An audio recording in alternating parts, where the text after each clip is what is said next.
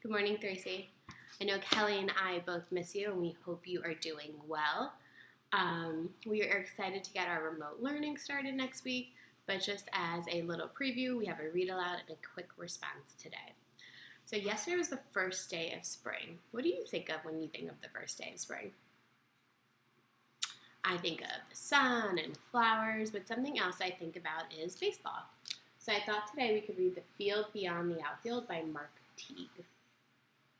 Look closely at the cover there. And what do you notice? I don't think this is going to be a regular baseball game.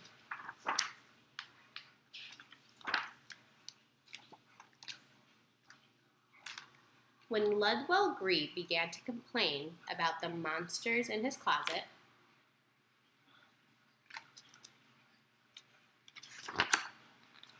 and the sharks that swam outside every time it rained, how do you describe Ludlow so far? His parents decided that he needed something real to think about, so they signed him up to play baseball.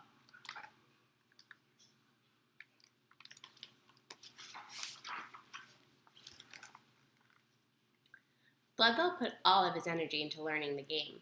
He watched the pitches and counted the strikes and hardly thought about monsters at all. And when he finally got a chance to play outfield for the Oswald County Hornets, Ludlow was ready. A good ball player is always ready. Look at Ludlow closely in that picture. Does it look like he's really focused on the game?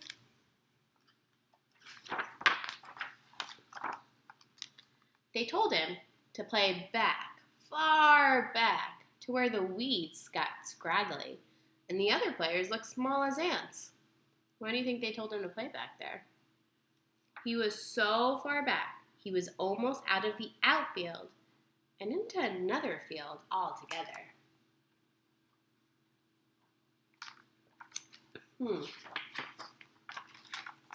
Where another game of baseball was in progress. In a towering stadium topped with pennants and filled with monsters of various types.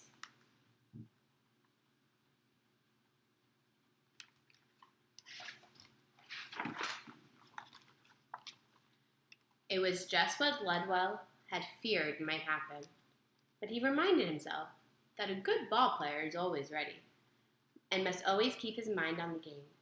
So he watched the pitches and counted the strikes, and when the other fielder asked if he could hit, he told him that in fact he could.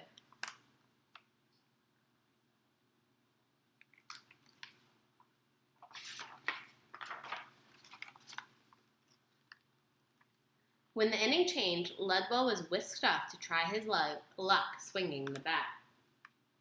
How did he get to the other stadium?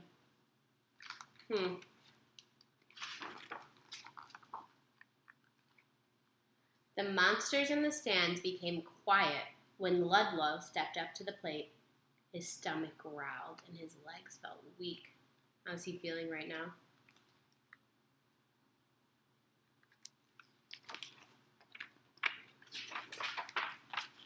So he did what all good ball players do.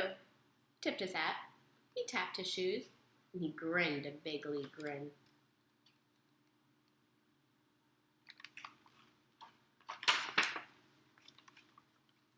The pitcher threw a fastball with one hand and a curveball with another.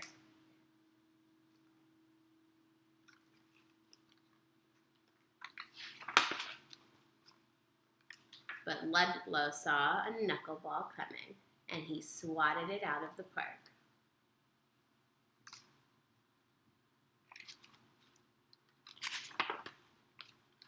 It seemed like the cheering would never stop.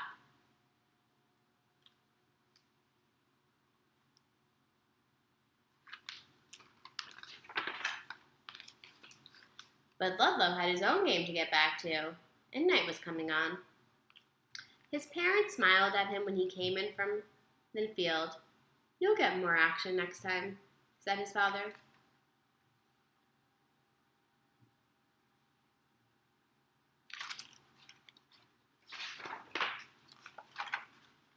That night, Ludlow went to bed without complaining, and the monsters in his closet didn't bother him at all.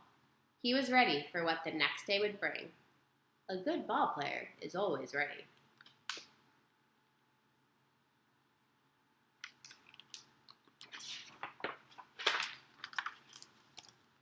Okay, so my question for you that we're going to ask for you to respond on our Google Classroom is, how did Ludlow change throughout this book? Now, the nice thing about this video is if you need to go back into the text, you could rewatch.